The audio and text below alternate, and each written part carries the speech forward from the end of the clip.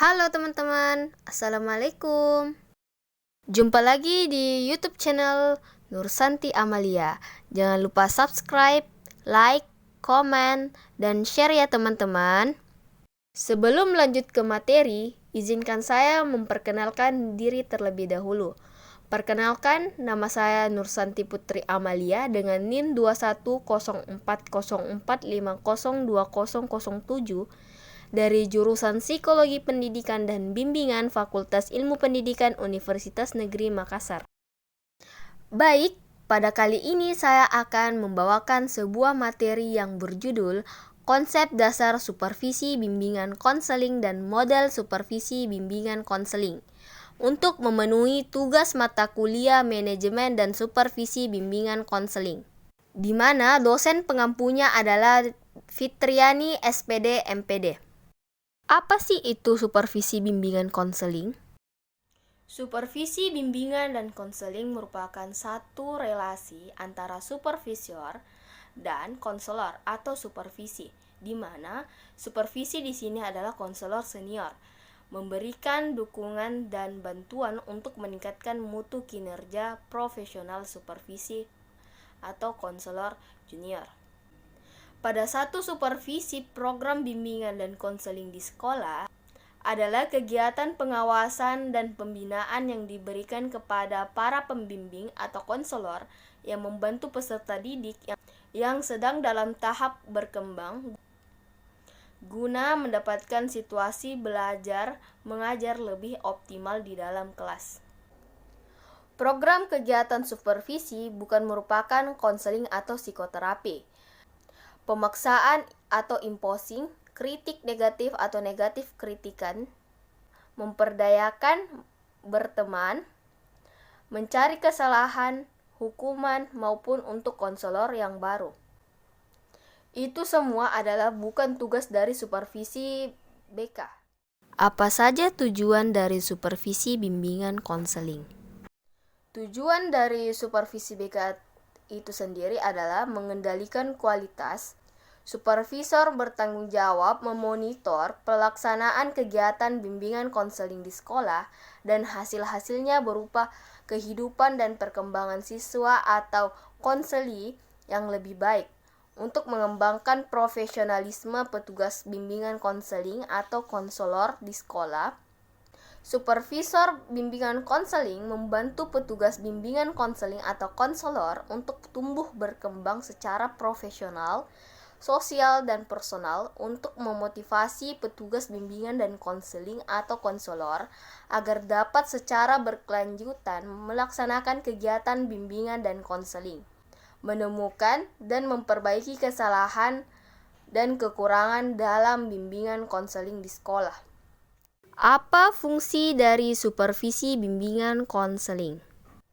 Fungsi dari supervisi bimbingan dan konseling itu sendiri adalah mengkoordinasi usaha-usaha individual, sekolah dan masyarakat, penyediaan kepemimpinan, perluasan pengalaman, dorongan terhadap usaha-usaha kreatif, penyediaan fasilitas perubahan, analisis terhadap situasi dan layanan bimbingan dan konseling, sumbangan kepada terintegrasinya teori dan praktik, dan pengintegrasian tujuan dan daya.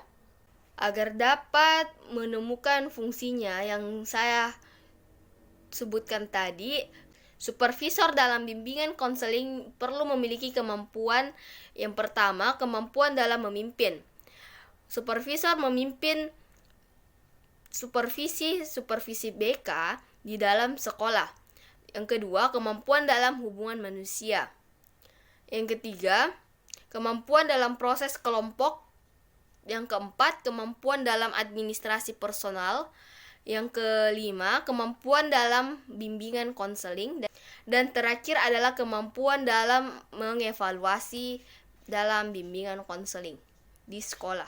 Apa saja objek dari supervisi bimbingan dan konseling?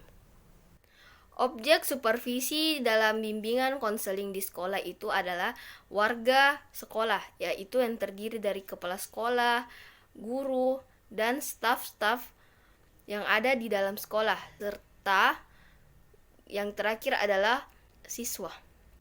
Supervisi BK adalah upaya untuk mendorong, mengkoordinasi, dan menuntut pertumbuhan petugas bimbingan dan konseling yang ada di sekolah yang disebut dengan konselor secara berkesinambungan, baik secara individu maupun kelompok, agar lebih memahami dan lebih bertindak secara efektif dalam melaksanakan layanan bimbingan konseling sehingga mampu mendorong pertumbuhan setiap siswa secara berkesinambungan agar dapat berprestasi secara cerdas dan kaya dalam lingkungan masyarakat. Dalam supervisi bimbingan konseling, pihak yang berwenang sebagai konselor adalah kepala sekolah. Dikarenakan tanggung jawab kepala sekolah untuk melaksanakan tugasnya sebagai seorang pemimpin di sekolah, mulai dari berperan sebagai konsultan dalam manajemen sekolah, memberikan arahan kepada pengembangan kurikulum, teknologi pembelajaran atau bimbingan sampai dengan pengembangan staf.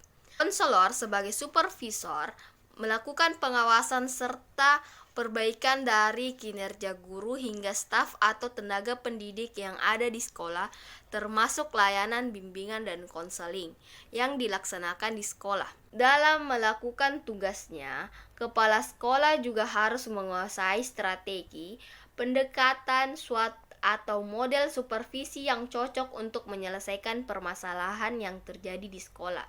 Sebagai supervisor atau konselor senior, mampu meningkatkan kemampuan konselor yang disupervisi.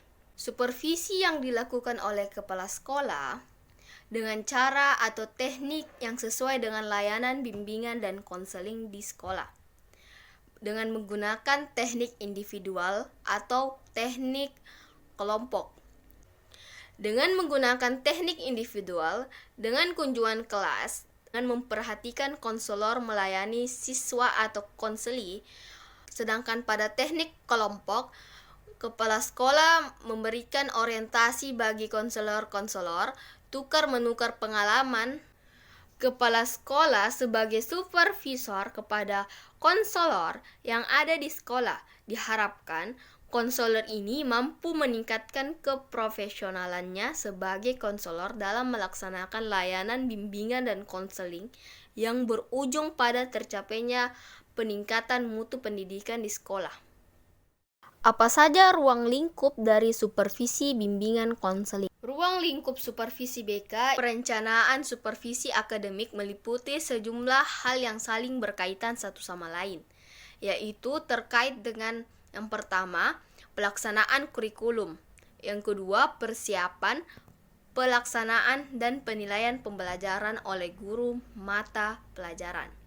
Yang ketiga, pencapaian standar kompetensi kelulusan, standar proses, standar isi, dan peraturan pelaksanaannya. Yang keempat, peningkatan mutu pembelajaran di sekolah. Apa saja jenis-jenis supervisi bimbingan konseling? Jenis-jenis supervisi dalam bimbingan konseling. Ada dua jenis supervisi dalam bimbingan konseling. Yang pertama, supervisi umum dan supervisi pengajaran. Supervisi umum adalah supervisi yang dilakukan terhadap kegiatan-kegiatan atau pekerjaan yang secara tidak langsung berhubungan dengan usaha perbaikan pengajaran, seperti supervisi terhadap kegiatan pengelolaan bangunan dan perlengkapan sekolah atau kantor-kantor pendidikan.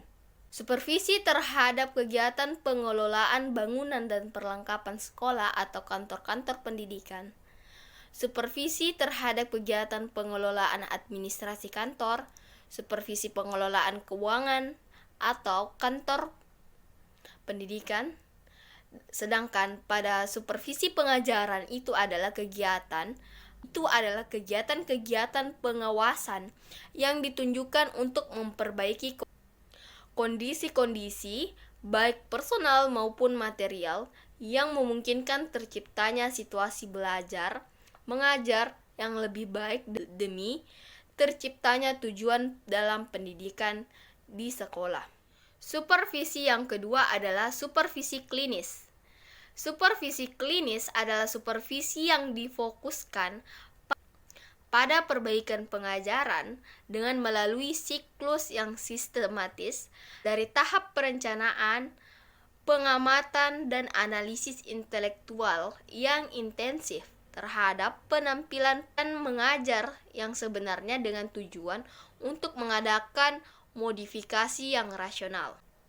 Jenis keterampilan yang akan disupervisi ini diusulkan oleh guru atau calon guru yang akan disupervisi dan disepakati melalui pengkajian bersama antara guru dan supervisor.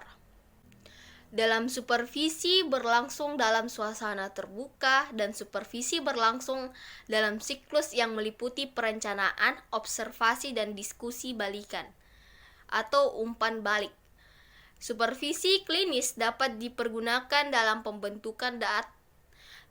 pembentukan atau peningkatan dan perbaikan keterampilan mengajar oleh guru-guru di sekolah. Apa saja model-model dari supervisi bimbingan konseling?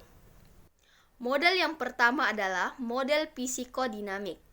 Supervisi model psikodinamik yang paling menonjol dalam psikologi klinis dan konseling, terutama dalam pengembangan peran terapis atau konselor. Meskipun prinsip-prinsip yang didasari mungkin tidak tampak segera menonjol dengan peran dan fungsi psikolog di sekolah. Mungkin ada unsur-unsur dalam model dapat memfasilitasi siswa pertumbuhan sebagai seorang profesional. Supervisi mencerminkan potensi hubungan konseli atau konselor yang dapat memberikan suatu model praktek. Hubungan konselor dan konseli sering direplikasi dalam hubungan pelatihan. Konstruksi transferensi dan kontra transferensi melekat dalam orientasi dinamis. Sangat penting untuk memahami kekuatan yang mengatur pemahaman siswa dan proses pengawasan. Keefektifan konselor sebagai penyedia utama dalam layanan kesehatan mental di sekolah-sekolah dapat diinformasikan oleh pemahaman konselor tentang dinamika relasional.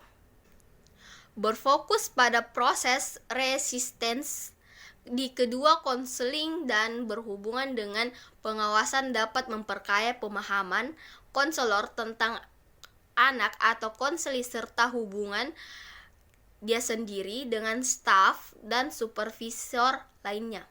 Pengawasan mengikuti pendekatan model psikodinamik dan mengajarkan sikap analitik dan menyampaikan rasa hormat yang tulus untuk otonom konseli dalam menemukan dan memahami isu-isu yang ada di dalam sekolah. Meskipun dapat dikatakan bahwa peran terapi dalam pengaturan sekolah terbatas dan satu yang tidak bisa berurusan dengan etiologi masalah yang diwujudkan dalam lingkungan sekolah dengan menggunakan pemodelan psikodinamik dalam kasus formulasi dapat memfasilitasi pemahaman yang lebih dalam dari konseli dan dari diri sendiri atau konselor sendiri. Perlakuan atau praktek dapat mengikuti pendekatan teoritis berbeda arah, tetapi pemahaman dinamis dapat mengatur fokus dari rencana yang dilaksanakan oleh konselor di sekolah. 2. Model kognitif behavioral. Model kognitif behavioral berasumsi pada orientasi perilaku untuk pengawasan. Dalam konsep ini, pelayanan dapat diidentifikasi, diamati, dan kausal berkaitan dengan kegunaan dan efektivitas. Dengan konseli diidentifikasi bahwa efektivitas keterampilan dapat empiris dievaluasi, bahwa intervensi perilaku dapat menurun, naik, dan membantu dalam mengembangkan perilaku baru, dan bahwa semua pendekatan ini dapat direplikasi dalam beberapa pengaturan.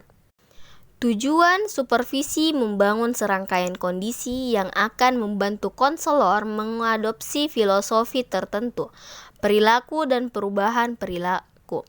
Belajar untuk menerapkan satu set yang berbeda dari prinsip-prinsip dasar dan mengembangkan kemampuan untuk menerapkan metode analitik untuk memahami masalah perilaku.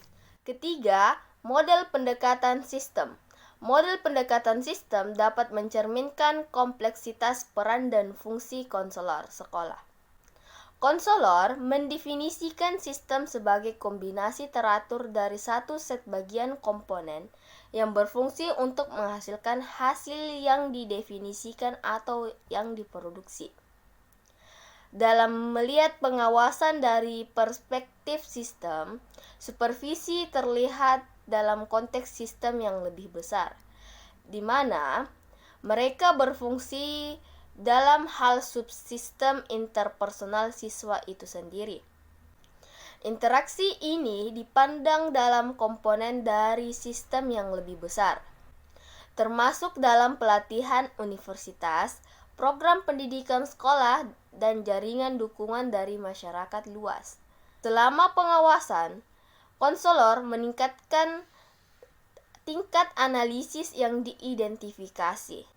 Tujuan dari pengawasan tersebut agar pembentukan kepercayaan dan hubungan, penilaian tingkat supervisi kinerja, penilaian kebutuhan siswa, penetapan tujuan, dan evaluasi pencapaian supervisi tentang pertumbuhan yang ada di sekolah.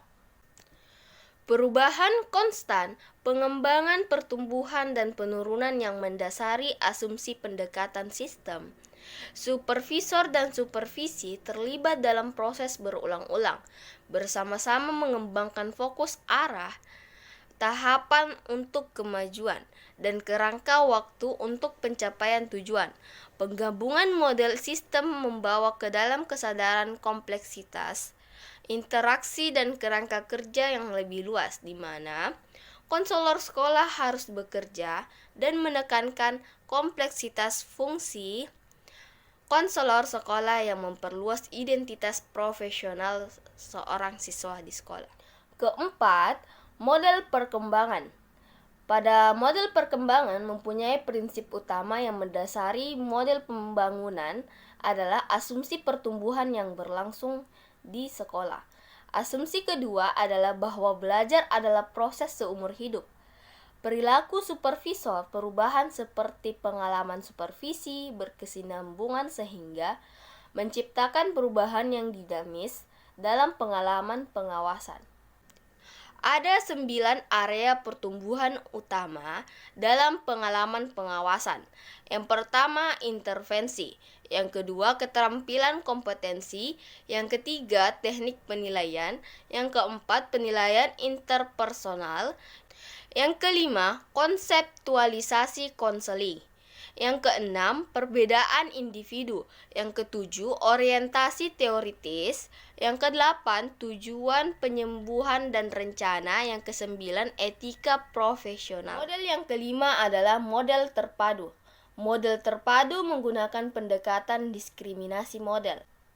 Diskriminasi model pada dasarnya adalah sebuah model pelatihan dan mengasumsikan bahwa supervisi membawa kebiasaan dan keterampilan yang memerlukan integrasi dan pembangunan. Kekurangan dari model terpadu dapat dilihat dari penelitian kontemporer yang berfokus pada hasil pengawasan dan hampir tidak ada studi yang membandingkan model teoritis yang berbeda. Unsur-unsur pengawasan yang tampaknya paling penting untuk belajar efisien termasuk instruksi, modeling, praktek, dan umpan balik yang merupakan komponen integral dari semua model pengawasan. Tanggapan muncul sebagai sangat penting, terutama ketika mencoba untuk menjamin kualitas pelayanan dalam bimbingan konseling. Secara umum, pengawas harus terus mengevaluasi keterampilan sosial dan profesional supervisi mereka masing-masing. Oleh karena itu, hubungan atasan dan supervisi sangat penting dalam memfasilitasi pertumbuhan profesional dan pribadi konseling. Model yang keenam adalah model postmodern supervisor. Postmodern paling sering memusatkan perhatian bukan para individu tetapi proses di mana dunia kita dikenal melalui bahasa yang kita gunakan. Dinamika kekuatan siapa yang mengontrol bagaimana bahasa digunakan dan kisah-kisah yang diceritakan bersama. Pada sudut pandang optimis, seseorang menggambarkan dunia yang kacau dapat mengenal dirinya sendiri dengan melalui cerita. Dinegosiasikan dengan orang lain, postmodern paling sering memusatkan perhatian bukan pada individu, tetapi pada proses di mana dunia dikenal melalui bahasa yang kita gunakan. Dinamika kekuatan, siapa yang mengontrol bagaimana bahasa digunakan dan kisah-kisah yang diceritakan bersama. Dengan menggunakan fluiditas, kita dapat mengenal diri kita sendiri dan dikenal oleh orang lain. Untuk menemukan solusi unik yang cocok dengan ruang tempat kita hidup dan berinteraksi, solusi yang mengatasi masalah yang menantang rasa kesejahteraan kita. Setiap peran yang dilakukan mencerminkan keragaman. Peran bukan hanya ekspresi diri kita sebagai profesional, tetapi juga siapa yang kita sebagai individu.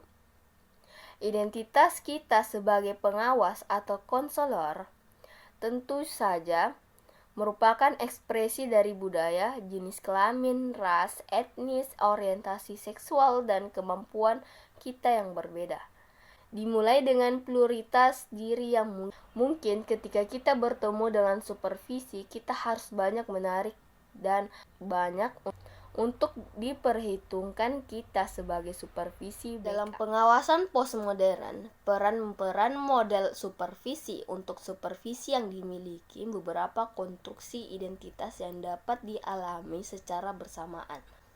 Supervisi merupakan upaya untuk mendekonstruksi definisi sempit tentang terapis atau supervisor dan mendorong praktik yang lebih cair. Berdasarkan teori postmodern, mendorong orang untuk melihat dirinya sendiri sebagai orang yang ditentukan secara bersamaan dan berpartisipasi dalam proses definisi diri sendiri. Oleh karena itu, supervisor mencatat kecenderungan di antara pengawas untuk memiliki kebebasan yang luas untuk fokus pada antaramuka kehidupan pribadi dan profesional mereka yang diawasi. Supervisi dalam profesi konseling memperhatikan intrapersonal dan pandangan dunia interpersonal, keyakinan, nilai, bias, dan prasangka saat mereka bekerja dalam profesi kesehatan mental atau profesi bimbingan konseling. Pengawasan konselor adalah komponen penting dalam pengembangan berkelanjutan keterampilan klinis konselor. Kasus konseptualisasi identitas profesional dan keterampilan terapeutik, termasuk dokumentasi dan menetapkan pedoman etika bimbingan konseling. Konselor sebagai penyedia dari beragam pengalaman budaya yang dilalui pada masa lalu dan masa kini di supervisi serta pandangan dunia mereka untuk memfasilitasi pertumbuhan dan pengembangan profesional seorang konselor sekolah. Mengatasi masalah multikultural dalam pengawasan menghormati keragaman dan pengalaman pribadi sehingga pengawas dapat mengeluarkan yang terbaik dari yang diawasi. Misalnya, jika yang diawasi adalah perempuan imigran multirasial dengan multikultural dan spiritual yang beragam latar belakang yang telah mengalami penindasan seksual dan agama, perlu dalam pelatihan untuk memvalidasi pengalaman interpersonal orang tersebut yang diawasi termasuk dimensi identitas, etnis, dan interpersonal dari pandangan dunianya. Pengawasan dan pendidikan asosiasi untuk konselor menurut ACES tahun 2019 untuk mencegah pelanggaran etika bahaya bagi yang diawasi. Pengawas harus kompeten secara budaya dan ekstra hati-hati terhadap agresi micro-invalidation, perilaku meremehkan, seksisme, termasuk ketidakpekaan terhadap budaya lain, pengalaman etnis, dan identitas. Supervisor bertanggung jawab untuk memastikan bahwa isu-isu multikultural mendapat perhatian dalam pengawasan. itu merupakan tanggung jawab penyedia untuk mendidik diri mereka sendiri dan menangani masalah kelompok minoritas, klien atau orang yang diawasi yang mungkin timbul, seperti yang dinyatakan oleh Satuan Tugas Pendidikan Pengawasan Asosiasi untuk Konselor atau AKES tahun 2019, bahwa pentingnya bagi pendidik, pengawas, dan konselor kompeten dalam layanan yang mereka berikan. Dalam isu-isu ini, yang menantang secara multikultural yang mungkin muncul dalam pengawasan dapat berupa isme dan bias yang tidak sengaja, eksplorasi budaya yang terlalu ditekankan atau diperkecil selama penilaian, dan ketidakpekaan terhadap isyarat nonverbal yang disupervisi dan keraguan-raguan untuk berbicara. Ada banyak peluang multikultural dalam supervisi seperti membangun rasa saling percaya, empati, peningkatan proses intrapersonal dan interpersonal, dan kesadaran akan keadilan sosial dan advokasi yang dapat berkontribusi pada pertumbuhan dan perkembangan supervisi dalam bimbingan konseling di sekolah nantinya.